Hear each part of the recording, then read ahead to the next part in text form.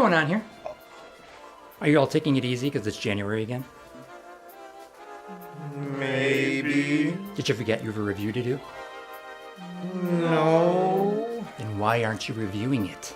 January reviews suck. Yeah, nobody cares about movies in January. That's not true. There's tons of great movies released in January, like... Oh, God! Ah! Just do it. Look, it's not that we didn't watch a film this week, it's that... You forgot what it was again, didn't you? It just left no impact. Yeah, it's like a thing leaving no impact. You are so high. No, I am so high. Seriously, we have no recollection of what we just watched. Yeah? Well, maybe this will jog your memory. Man, we're mosquitoes again? We've done this a million times. In fact, I think complaining about it has been done a million times. Who repeats something that's been so overdone? Without adding anything new to it. And expect everybody to be invested. Ant Bully, that's this week's movie. Oh. Okay, you can change this back, Jim. Come on, guys, let's go review our January movie.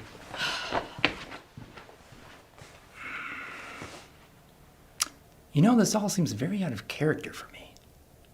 Seems more like a Rob kind of role. Could it be that he has COVID rebound?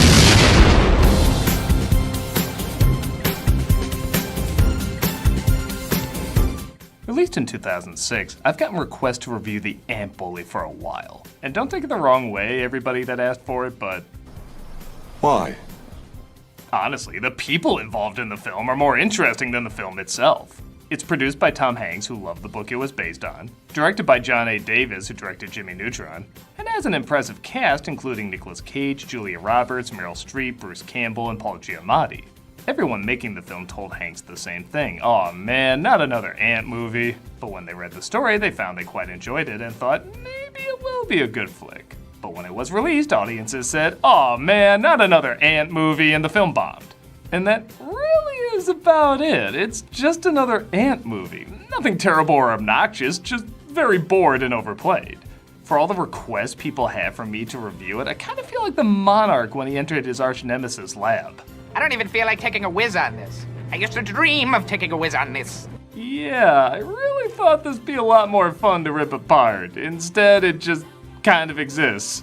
But y'all have wanted me to review it for a while, and it's not like there's nothing to talk about with it, so let's jump right in. This is a film, we definitely established that, The Ant Bully. I already wish I was watching ants. Wow, that was like a second! Oh, I'll find Wretched and Clank around here somewhere. Spindle! Tail light!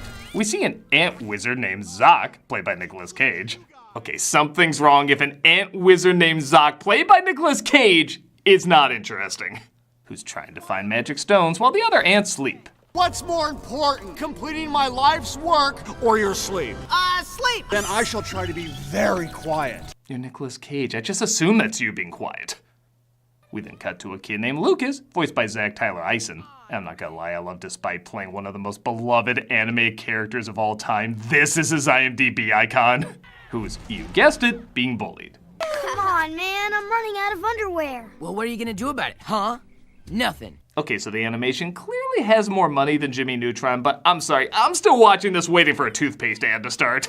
What you gonna do about it, ants? Nothing. Lucas takes out his aggression on the ants, and yeah, okay, 4 minutes in, and we already know the lesson. Can we skip the rest of the hour 20? Fire that burns! Clack-keel! Clack-keel, clack-keel, clack-clackety, clack! Aw, why doesn't it burn? Why doesn't it burn? Zoc is approached by his girlfriend Hova, played by Julia Roberts.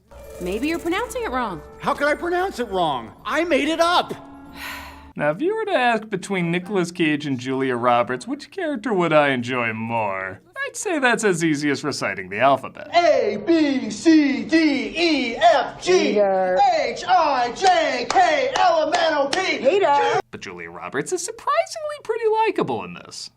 I don't hate her, but that marketable and even manipulative America's sweetheart image she clearly branded onto herself got in the way of a lot of her performances. Here, though, she surprisingly comes across as very genuine, upbeat, and likable. And I think a lot is from the expressive animation and her performance. Yay! That was great, sweetie! Is that what humans do when they're sad? They leak from the face? We do this.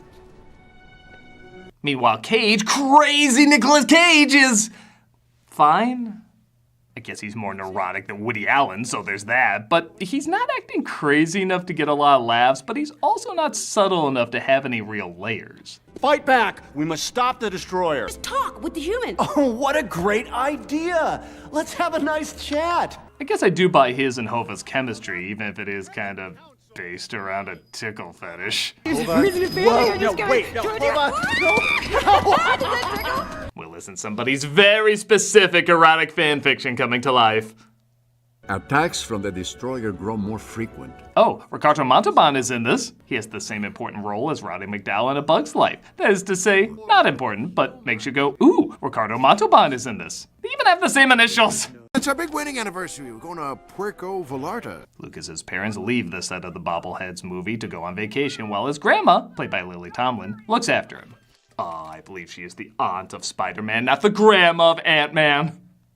What are you doing? Preventing alien abduction, that's what I'm doing. If ant wizards can't exist, why not aliens? Lucas gets made fun of again, once more resulting in him taking it out on the ants. And give the film this, it has a body count. Those are babies, man! That's like an entire generation wiped out! I think we're seeing the equivalent of Ant Krypton right now. Hello. He's approached by the Exterminator, played by Paul Giamatti, who again sounds funny on paper, but the problem is they don't give him any funny lines on paper. Who does your thinking for you? Your mommy? Wipe me! Oh, please, wipe me! Look, I'm just trying to make this sound different enough so Over the Hedge doesn't sue. I'm not exactly trying for the awards here.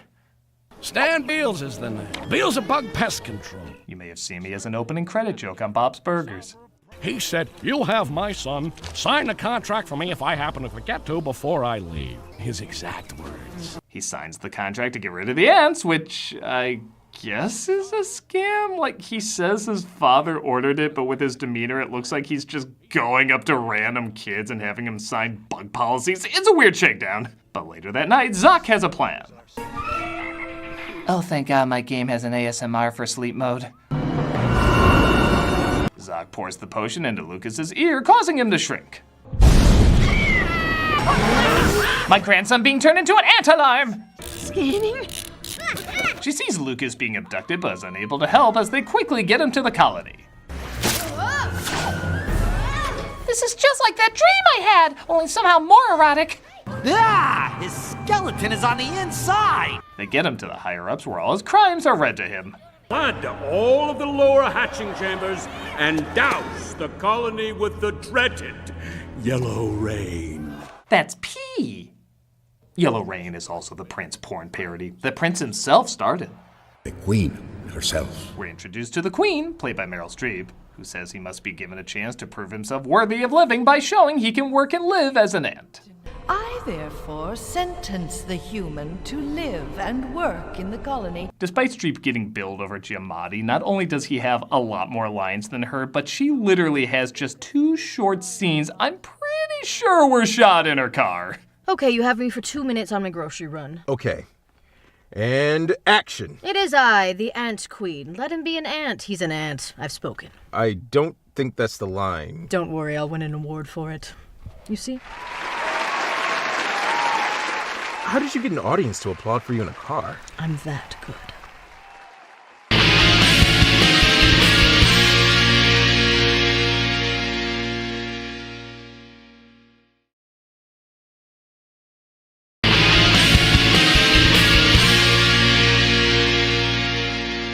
So Hova takes Lucas under her wing and decides to show him how to be an ant. Are you male or female? And how do you tell the difference? Is that how? Because it's a boy, it's fine. If these genders were reversed, this would be goddamn creepy. He makes her cross her heart that she promises not to eat him. Cross my heart, I will not eat you. I said cross your heart, not your butt. I just did. See? I don't know what question is stranger. What the hell does that joke even mean? Or how many kids actually looked up if an ant's heart is in its ass? Oh wait, I forgot, not many. He's taken to the foraging instructor Creela, played by Regina King, and he's shown an obstacle course where he has to work with the other ants in order to get the food at the end. We're also introduced to Fugax, played by Bruce Campbell.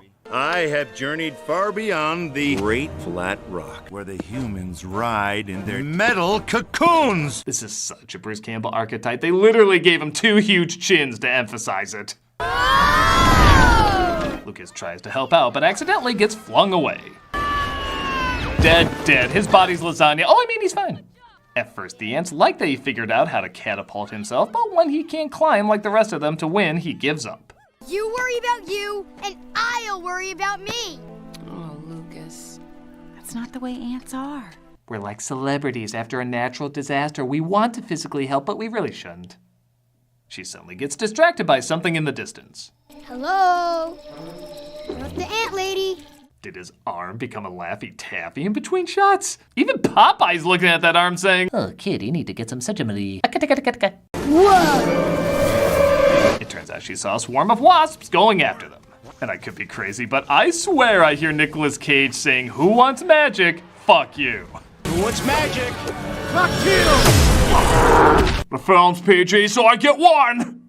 When it comes to helping the ants or saving himself, Lucas chooses to save himself. However, he does find a firecracker to scare the wasps away. This calls for a burp joke.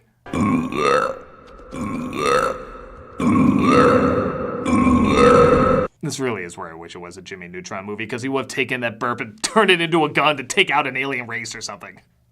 Lucas is taken to be shown the ancient history of the world in what I swear is a butthole. That's a butthole. And I'll say, I don't think we'd be exterminating ants if we knew they created religion, art, and friggin' magic. It is said that one day she will return. He's told about the ancient mother as well as the evil one known as the Cloud Breather. The exterminator. I gotta cancel him. I'm gonna dig up some risque tweets he posted. Maybe he watched Pepe Le Pew or something. He convinces them to go in the house and look for food while he tries to call and cancel the extermination. For Queen and Colony! Oh God! No, Bruce Campbell should have to go that way, though. What's the amount of blood I expected? No, he's fine, and we get one of the few legitimately cool scenes where they float on flower petals, and he tells them all about the human world. And these are the pyramids. Well, not the real pyramids. The real ones are lots bigger. Don't know why they're relying on a fan when he could just airbend them. Yeah, it's the best joke I could think of there. It's a legit good scene. Oh, Lucas, it's... Product placement. Give me some sugar, baby. Lucas tries to call the exterminator while they get the candy, but he accidentally gets... Pizza King? Pizza Kingdom, hail to the king. All right, I was damn close. No exterminator! No extra tomato. Got it. You know, I'm not gonna lie, I'd much rather know these hideous kids' stories than the rest of this ants life recycling. I feel like I'm looking at gorillas if they worked at Pizza Planet, and those adventures sound far more interesting. The sister interrupts the call, though, and makes things complicated. Yeah, everything's fine. Lucas is being a pest. Yeah, I was sure to say with extra irony. Why? Remember your training.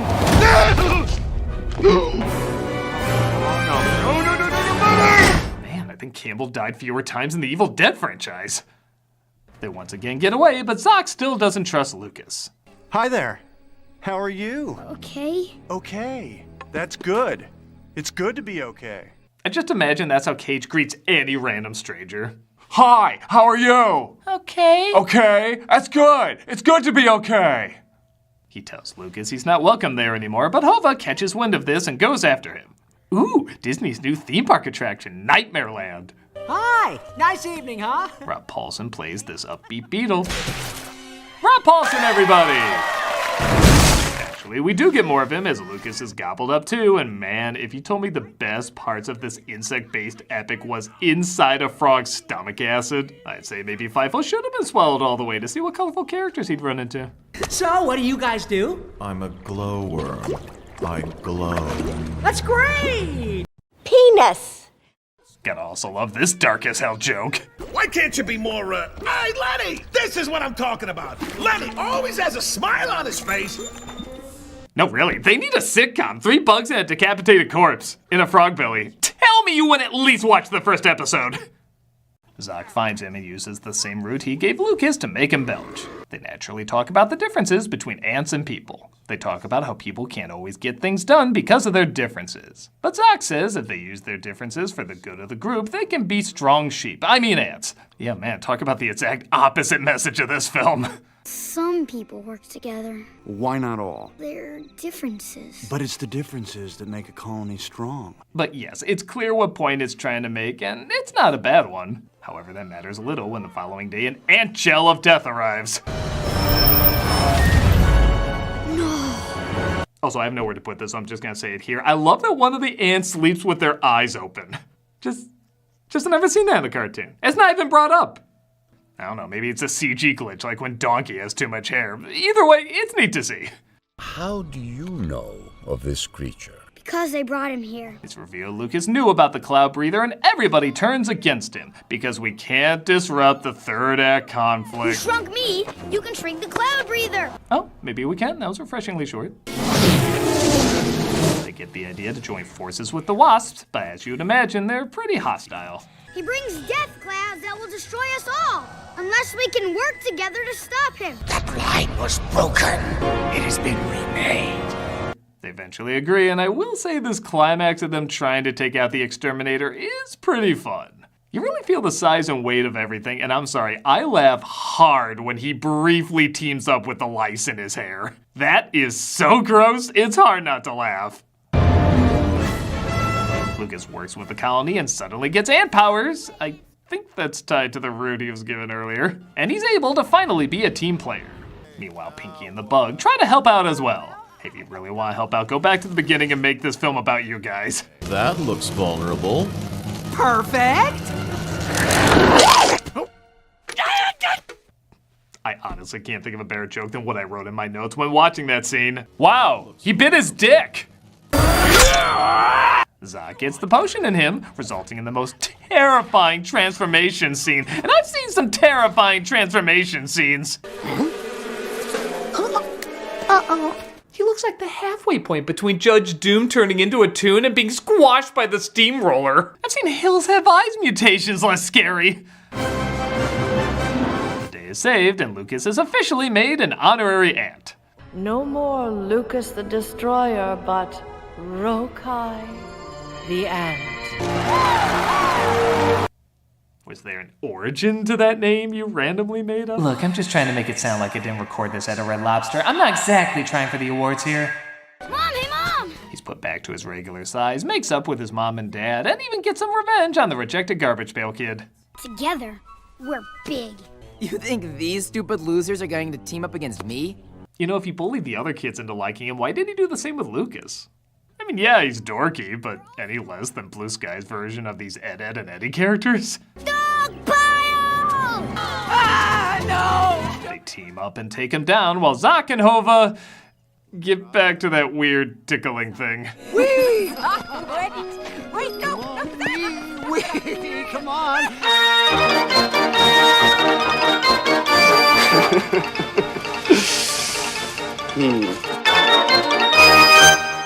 And that was the Ant Bully. It's the Ant Bully.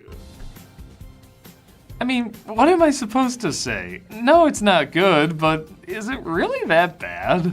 The lesson's fine, the acting's fine. Once in a while there's a cool bit of animation, but most of it's very paint by numbers. I can point to a million movies that do most of what they're trying to accomplish better, but that doesn't mean it's doing it horribly. It's just underwhelming. I can see kids watching it if there's nothing else to do and it's on TV or something. I just don't think it's a film anyone would seek out. Clearly a lot of the people involved went on to better things after this, and I don't know, is it really that big an embarrassment on their careers? I don't think it is. I think it's just a whole bunch of meh. Yeah, I'm sorry I couldn't get furiously angry or lovingly passionate about it, but it's just not a movie that gets any big emotions out of me. There's worse ways to keep your kids entertained, but there's definitely better ones too. I'm the nostalgia critic guy, remember it? So you don't have to. What now? I don't know. I was so underwhelmed I didn't write an ending. Well.